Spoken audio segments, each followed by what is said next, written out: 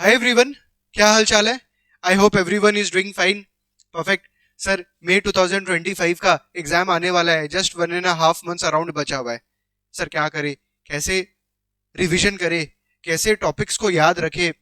Sir अभी तो लग रहा है कि सब कुछ भूलते जा रहे हैं। अराउंड 70-80% सिलेबस कंप्लीट हुआ है। 20% तो अभी भी बाकी है। नहीं सर, मेरा 50% बाकी हुआ है। मेरा 60% बचा हुआ है। तो मतलब आपके पास अभी एन नंबर ऑफ ऑप्शंस होंगे कि कैसे इन चीजों को आप कंप्लीट करोगे जो आपका बचा हुआ टॉपिक है। प्लस जो हो चुका है उसको आप कैसे रिवाइज करोगे। तो देखो, मैं एक ही स्ट्रैटेजी यहाँ पे आपको सजेस्ट करूंगा, खासकर जिनका 70-80% हो चुका है उनके लिए। जिनका 50% अभी भी बाकी है, आपको पता है आपको नेक्स्ट क्या प्लान करना है, मेरे को बोलने का जरूरत नहीं है। बट जिसका 80% तक हो चुका है, 20% बाकी है, तो आप पहला ये टारगेट करो, नेक्स्ट 10-15 डेज में जो भी बचा हुआ पोर्शन है वो कंप्लीट करिए। एंड जो टॉपिक्स आपका हो चुका है उसका रिवीजन स्टार्ट कर दीजिए।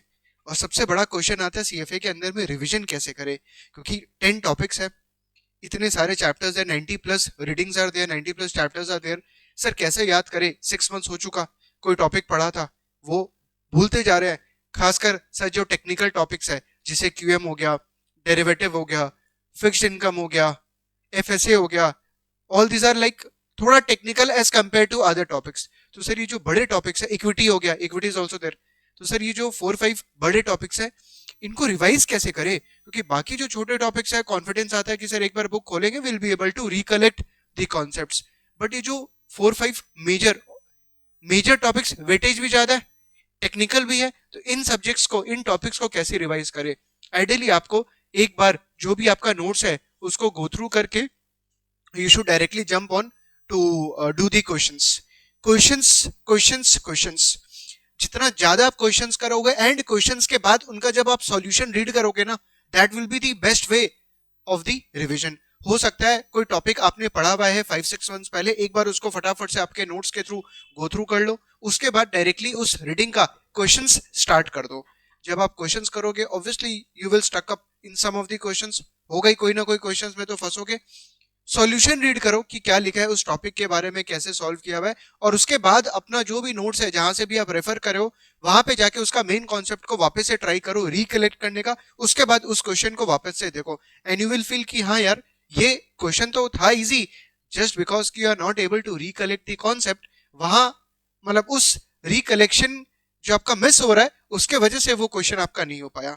तो आइडियली अभी आपका 70% time should be on question practice, 30% of the time is about the recollecting via the notes and all. जी समझ में आ रहा है। तो 70-30 प्रपोर्शन में अपना टाइम को डिवाइड करो, अप्रोक्सीमेटली बोल रहा हूँ, और उसके बाद 70% अपना क्वेश्चन सॉल्विंग पे करो, और जो बचा हुआ टाइम है वो आपको थोड़ा सा आपका नोट्स वगैरह और जो कॉन्सेप्ट है उसको रिकलेक्ट करने का टाइम एंड एफर्ट पुट करिए। ठीक है, ओके। सर अभी क्या स्ट्रैटेजी करने वाले, आज आप क्या पढ़ाने वाले। देखो, जो स्टूडेंट को सबसे ज्यादा टेक्निकल टॉपिक लगता है, one of the technical topic लगता है इस फिक्स्ड इनकम। हाँ सर, फिक्स्ड इनकम टफ तो लगता है, क्योंकि वहां पे सिलेबस भी बहुत ज्यादा है और टर्मिनोलॉजी भी बहुत सारे हैं। न्यूमेरिकल्स तो है ही है, टर्मिनोलॉजी मतलब थ्योरी काफी कुछ है। तो सर वो ऐसा लग रहा है भूलते जा रहे हैं। ठीक है, जो चैप्टर्स अपने स्टार्ट किए थे वो भूलते जा रहे हैं। तो सर आप क्या कराने वाले हो, फिक्स्ड इनकम का कुछ क्वेश्चंस अपने क्लास के अंदर में प्रैक्टिस करेंगे विथ रिवीजन। विथ रिवीजन मतलब क्वेश्चन जब मैं रीड करूंगा उसके थ्रू आपको ट्राई करूंगा, जो कॉन्सेप्ट्स है उसको याद दिलाऊं, and obviously the objective is to solve the questions. Perfect, चलिए स्टार्ट करते हैं। तो we are starting with fixed income. तो आज के क्लास में वी हैव 1 2 3 4 5 6 7 7 क्वेश्चन है अपने पास। ठीक है, okay. Question number 1, match the fixed income instrument type in the left column with its description in the right column। तो यहाँ पे फिक्स्ड इनकम इंस्ट्रूमेंट टाइप दिया हुआ है कि सर कौन सा टाइप का फिक्स्ड इनकम इंस्ट्रूमेंट होगा, फिक्स्ड इनकम इंस्ट्रूमेंट होगा एंड राइट में उसका डिस्क्रिप्शन दिया हुआ है। तो अपने को करेक्ट चूज करना है। अगर आपको याद दिलाऊं, फिक्स्ड इनकम जो फर्स्ट वाला अपना रीडिंग था, फिक्स्ड इनकम का जो फर्स्ट वाला रीडिंग था, इंस्ट्रूमेंट्स एंड इट्स फीचर्स बोल के, तो सर वहां पे अपने बोलते थे कि sir fixed income as a instrument का क्या क्या फीचर्स हो सकता है। तो सर वहां पे अपने को ये देखना पड़ता है यार, बॉन्ड कौन इशू किया है। For example sir, Reliance has issued a bond having a maturity of 5 years with a par value of say 10,000 rupees YTM of 12%, YTM of 12% और मेच्योरिटी ऑफ से 20 इयर्स, मेच्योरिटी ऑफ 20 इयर्स। तो यहाँ पे मैंने कुछ कुछ चीजें बोला, क्या क्या बोला? सबसे बोला सर रिलायंस बॉन्ड किसने इशू किया है? रिलायंस ने इशू किया है। Okay sir par value, par value, par value कितने का? 10,000 रुपीज का। कूपन रेट मन से ले रहा हूं, ठीक है, एक बार 10%, 10% coupon rate. YTM yield to maturity 12%, maturity 20 years का, 20 इयर्स का। और ये कूपन पेमेंट कैसे होगा? मान लो एनुअली होने वाला है, ठीक है, एनुअली होने वाला है। तो सर यहाँ पे रिलायंस कौन है? इशुअर। रिलायंस कौन है? इशुअर। की सर कौन बॉन्ड इशू कर रहा है? सर इशुअर गवर्नमेंट भी हो सकता है, कॉर्पोरेट भी हो सकता है। यहाँ पे Reliance is a corporate. Par value, par value मतलब क्या हो गया sir? Redemption value. Redemption value के सर मेच्योरिटी पे आपको क्या मिलेगा? सर मुझे मिलेगा 10,000 face value. Coupon rate 10% annually, so 10% is your coupon rate जो आपको हर साल मिलते जाएगा। YTM इल टू मेच्योरिटी की सर अगर आप बॉन्ड मेच्योरिटी तक, मेच्योरिटी मतलब क्या हो गया यहाँ पे बॉन्ड का? 20 इयर्स, दिस इज मेच्योरिटी। कि सर अगर आप मेच्योरिटी तक बॉन्ड होल्ड करते हो तो आपको एक्चुअली कितना मिलने वाला है? Yield 12%। Is it fine? Sir जब मेच्योरिटी का बात करते हैं, जब मेच्योरिटी का बात करते हैं सर बॉन्ड का मेच्योरिटी कितने टाइप में हो सकता है, तो वहां पे अपने बात करते थे कि सर बॉन्ड का maturity can be less than और equal to 1 year, it can be more than 1 year और इट कैन बी परपेचुअल। तो सर जो लेस देन और इक्वल टू 1 ईयर होता है इसको अपने बोलते हैं money market securities, money market. Short term, short term sir example दीजिए ना। Example can be treasury bills, example can be certificates of deposits, example can be commercial papers. All these are actually what? Short term securities. तो less than और equal to 1 year. Sir greater than 1 year में क्या होता है? Capital market securities. Example can be equity, can be bond, can be equity, can be bond, capital market securities. And infinity तो मतलब क्या हो गया? Perpetual, perpetual bond, perpetual bond. तो सर मेच्योरिटी के अंदर में we can have less than और equal to 1 year, more than 1 year and perpetual. तो लेस देन और equal to 1 year can be money market securities, greater than 1 year can be capital market securities and up to infinity is perpetual bonds. ठीक है, तो यहाँ पे अगर आप देखोगे कि money market securities, capital market securities and perpetual bond, sir जो क्लासिफिकेशन किया हुआ है कैसे किया हुआ है? Based on what? मेच्योरिटी। अब अपने को आंसर चेक करना है कि कौन सा मैच हो रहा है। Public and private bonds with a time to maturity of greater than 1 year, तो ग्रेटर देन 1 ईयर कौन सा होगा? Capital market securities. तो बी का फर्स्ट होगा। Fixed income instruments with maturity of less than 1 year such as commercial paper, money market securities. Commercial paper हो सकता है, ट्रेजरी बिल्स हो सकता है, सर्टिफिकेट्स ऑफ डिपॉजिट्स हो सकता है। तो ए का सेकंड वाला आंसर होगा। Third, bonds that have no stated maturity date, मतलब there is no maturity date specified, it is actually what? Perpetual, that is perpetual bonds. तो B का फर्स्ट, A का सेकंड एंड C का third. तो that is the first question, easy. Next question number 2। अब यही हुआ ना, अगर आपको बोलना पड़ जाए कि sir maturity, bonds of maturity क्या क्या हो सकता है, तो आपको याद नहीं आएगा। बट अगर आप इस तरीके से इसको चेक करोगे ऑप्शंस को देख के, तो आपको याद आ जाएगा कि सर मनी मार्केट तो शॉर्ट टर्म होता है, तो यहाँ से दिख जाएगा अच्छा less than 1 year, commercial paper is an example, yes. Capital market long term होता है, मोर देन 1 ईयर, तो यहाँ पे दिख जाएगा। परपेचुअल बॉन्ड्स सर जिसका कोई स्पेसिफिक मेच्योरिटी डेट नहीं है, तो यहाँ से दिख जाएगा। Is it fine? तो आपको एक एक वर्ड्स जो है वो लर्न करने का जरूरत नहीं है। If you are feeling that money market securities का मतलब क्या होता है, कैपिटल मार्केट सिक्योरिटीज का मतलब क्या होता है, and what is the meaning of perpetual bond, yes, good to go. ठीक है, तो आपका आराम से जो है क्वेश्चन वो होगा। Next question number 2, calculate the present value of a bond, present value निकालना है। Having a 6% coupon, 10% YTM bond with a USD 1000 par value, तो मेच्योरिटी पे कितना मिल रहा है? 1000। मेच्योरिटी 5 इयर्स का है। क्या निकालना है? Present value having a annual payment frequency, payment frequency sorry, annual payment मतलब हर साल आपको कूपन इनकम मिलेगा। Semi annual payment frequency, sir हर साल कूपन नहीं, आपको हर साल में 2 बार मिलेगा, 6 मंथ्स में। Quarterly payment frequency, you will get coupon income in every quarter. Is it fine? तो अपने को प्रेजेंट वैल्यू निकालना अंडर दिस 3 सिनेरियोस। कैसे निकालेंगे सर? ये तो बहुत इजी है। अच्छा एक चीज बताओ, बिना सॉल्व किए सर जो बॉन्ड का प्राइस होगा वो 1000 या 1000 से ज्यादा या 1000 से कम आने वाला है, whether it will be 1000, more than 1000 और लेस देन 1000। सर क्वेश्चन दिखा दीजिए, देख लो। Coupon income is 6%, YTM of the bond is 10%। So what you think, जो प्राइस होगा that will be equal to 1000, greater than 1000 और लेस देन 1000। सर 6% कूपन है into 10% YTM है, the bond is trading at what, discount. YTM is more ना, तो sir YTM अगर ज्यादा है कूपन से तो obviously the bond is trading at what, discount. तो द वैल्यू जो भी आएगा ये तीनों में, that should B less then what, 1000। करें? ओके, स्टार्ट करते, कैलकुलेटर पे आओ। Second clear work, second clear work.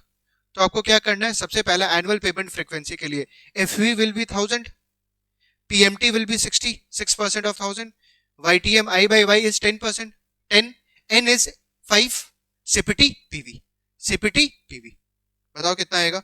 Second clear work 1000 FV, 60 PMT, 5N, 10 I by Y, CPT present value, it's coming 848.37। First का आ रहा है 848.37। अगर बाई चांस कोई का नहीं आए तो वो क्लियर वर्क नहीं किया प्लीज, हाँ क्लियर कर लो, उसके बाद वापस से कैलकुलेट करो, it's very easy. Next semi annual payment frequency, अब क्या आ रहा है 6 मंथ्स में आ रहा है। तो सर अगर 6 मंथ्स में आ रहा है तो अपने को कहाँ कहाँ चेंज करना पड़ेगा, PMT, क्योंकि PMT अपने 60 लिए थे बट 60 तो एनुअल है, अब सेमी एनुअल है तो मतलब PMT will be what, 30। Maturity क्या होगा आपका 5 into 2, मतलब it will be what 10 periods. अरे 5 साल में आपको हर एक साल में 2 बार मिल रहा है कूपन, तो सर 5 साल में कितने बार, 10 टाइम्स, ठीक है। तो 10 नंबर ऑफ पीरियड्स, और YTM I by Y क्या हो जाएगा आपका 10 के जगह 5, डिवाइड बाई 2 करना है, इज इट फाइन। फिर CPT FV करते, 1000 FV था आपका, PMT 30, 10 N, 5 I by Y, CPT PV, 845.56, 845.56, is it fine? Next quarterly payment frequency, quarterly मतलब हर 3 मंथ्स में मिलेगा। तो सर 5 इयर्स है तो 5 इंटू 4, 3 मंथ्स में सर कितना नंबर ऑफ पीरियड्स एक साल में, 4, तो 5 4 जा 20, तो N will be what 20, coupon will be what 6% divided by 4 कितना होगा 1.5% ऑफ 1000, दैट विल बी 15, और YTM कितना हो जाएगा 10% डिवाइडेड बाई 4, 2.5%, ठीक है। Second clear work 1000 FV, coupon कितना है 60 divided by 4, 15 PMT, N 20, I by Y is 2.5, CPT PV, it's coming 844.11, 844.11, is it fine? तो 844.11 क्या हो गया आपका present value, that is question number 2।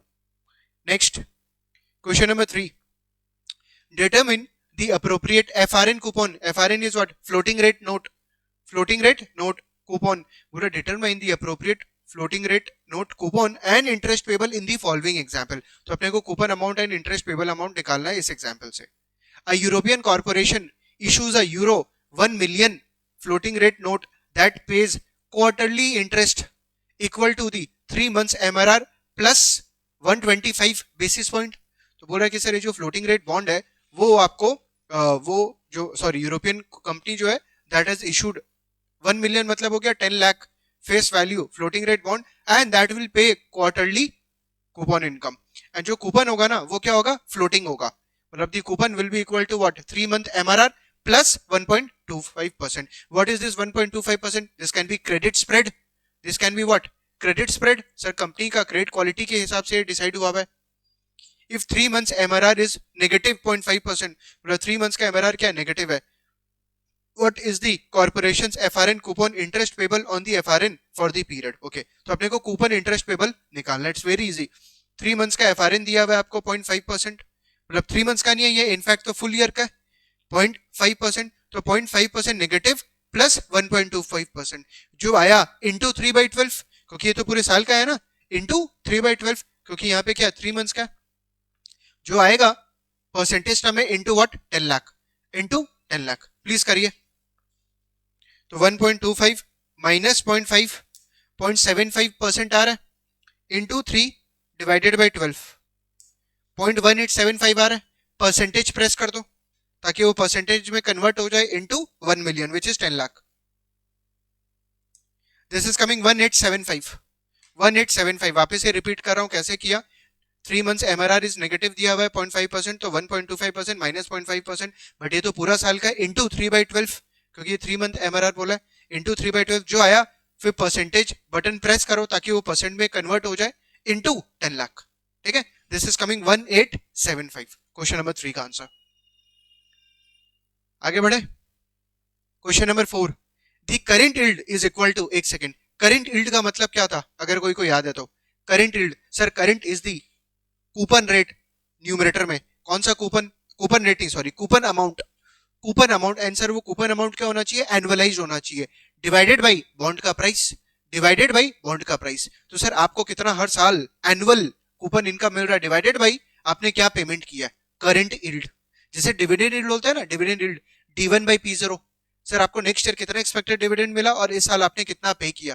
ठीक है, तो the current yield is equal to bond's annual dash divided by, तो annual coupon divided by the bond's price expressed as a percentage if bond's price were to fall. पूरा अगर numerator गिरता है, bond का price अगर गिरता है, we would expect the current yield to what, increase. It's very easy, लिख देता हूं यहां पे, current yield is equal to annual coupon, ये अमाउंट में होगा, अमाउंट मतलब डॉलर टर्म्स में.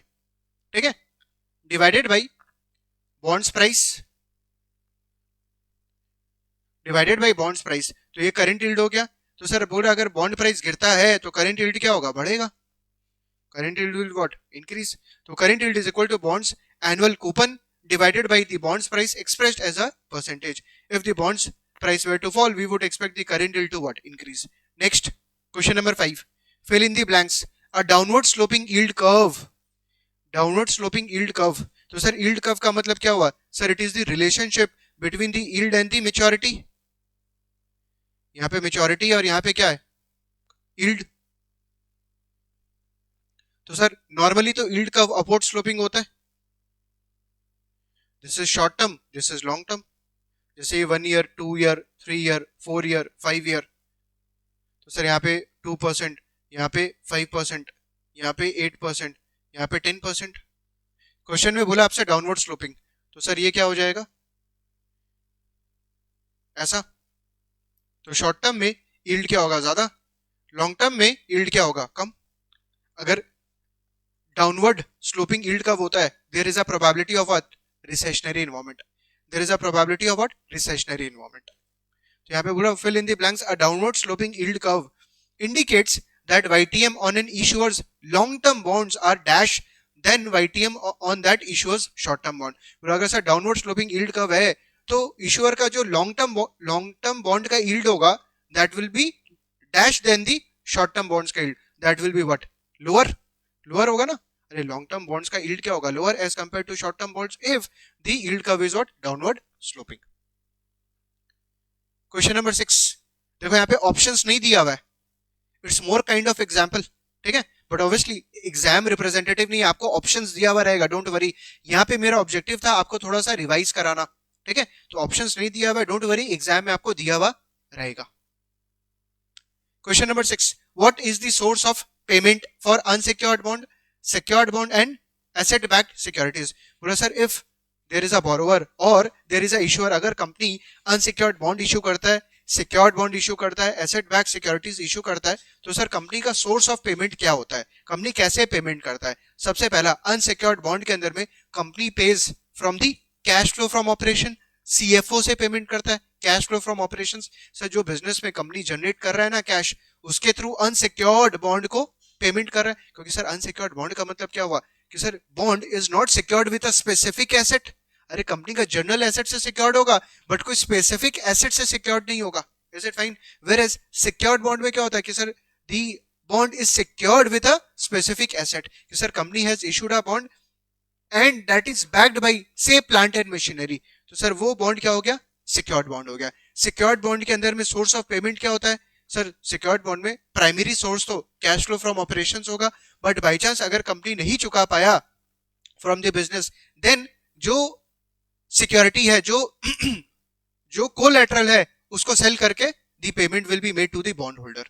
तो अनसिक्योर्ड बॉन्ड के अंदर में the source of payment will be CFO, secured bond में obviously CFO, and if the company is not able to repay from the CFO, then obviously the collateral assets will get sold into the market to get to the bondholders, so that the bondholders will get what paid.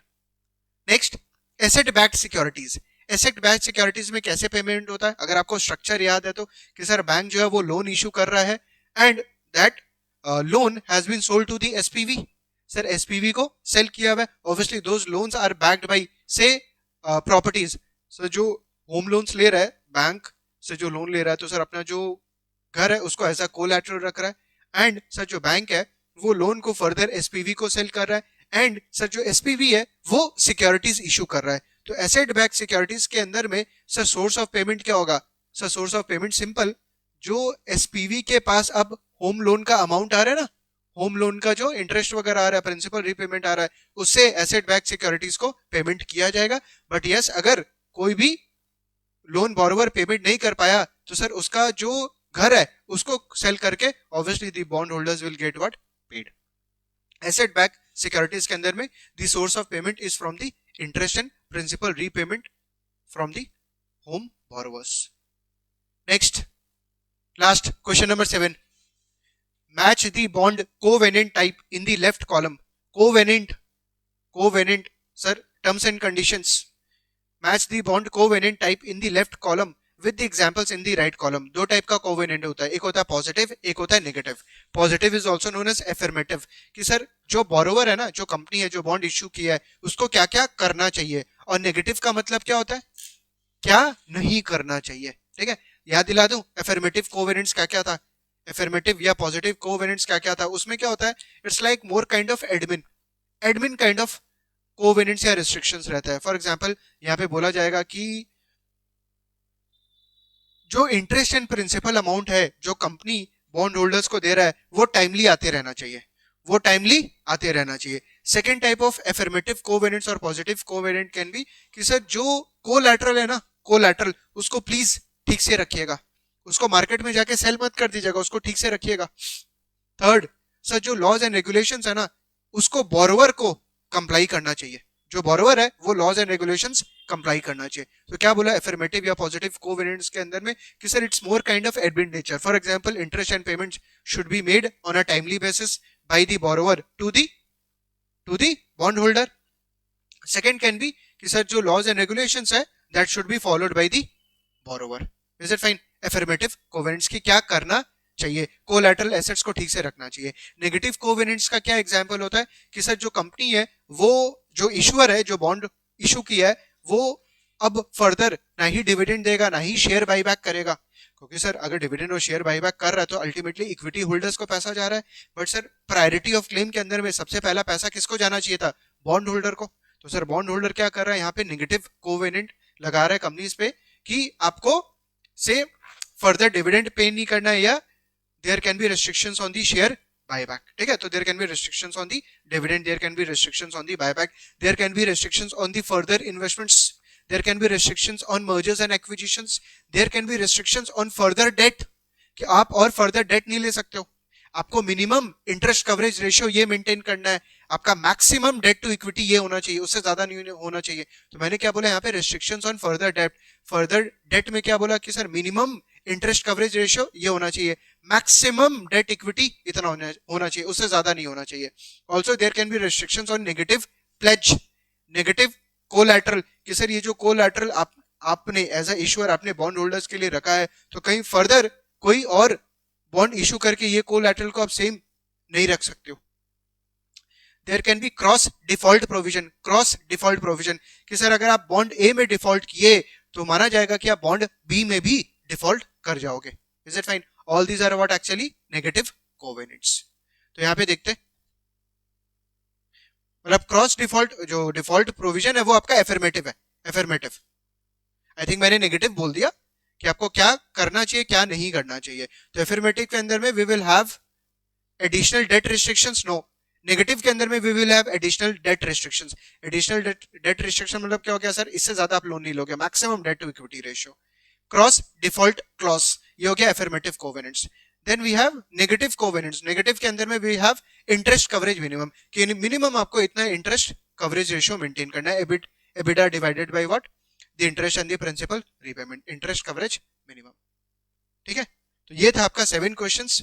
Obviously some of the questions were easy, but यहाँ पे objective ये नहीं था easy या tough, यहाँ पे objective था कि क्वेश्चंस के थ्रू आपको कैसे टॉपिक को शॉर्ट के अंदर में रिवाइज कराया जाए। क्या सर ये सब क्वेश्चंस एग्जाम रिप्रेजेंटेटिव है? बिल्कुल रिप्रेजेंटेटिव है। ऐसा नहीं है कि सारा का सारा क्वेश्चंस आपको टफ देगा या इजी देगा। तो obviously you need to expect a mix of the questions where some of the questions may be tough, maybe some of the questions will be easy. Obviously this is not the forum कि यार questions tough आएगा easy आएगा, यहाँ पे अपने को सब कुछ पढ़ के जाना है। CFA के अंदर में you need to study each and everything. We cannot predict कि क्या आएगा क्या नहीं आएगा, ये important है ये less important है। No, you have to study each and every part of the reading. Perfect. चलो नेक्स्ट क्लास के अंदर में मिलेंगे और नेक्स्ट क्लास के अंदर में भी अपने फिक्स्ड इनकम को कंटिन्यू करने वाले हैं। परफेक्ट, चलो take care guys, bye bye.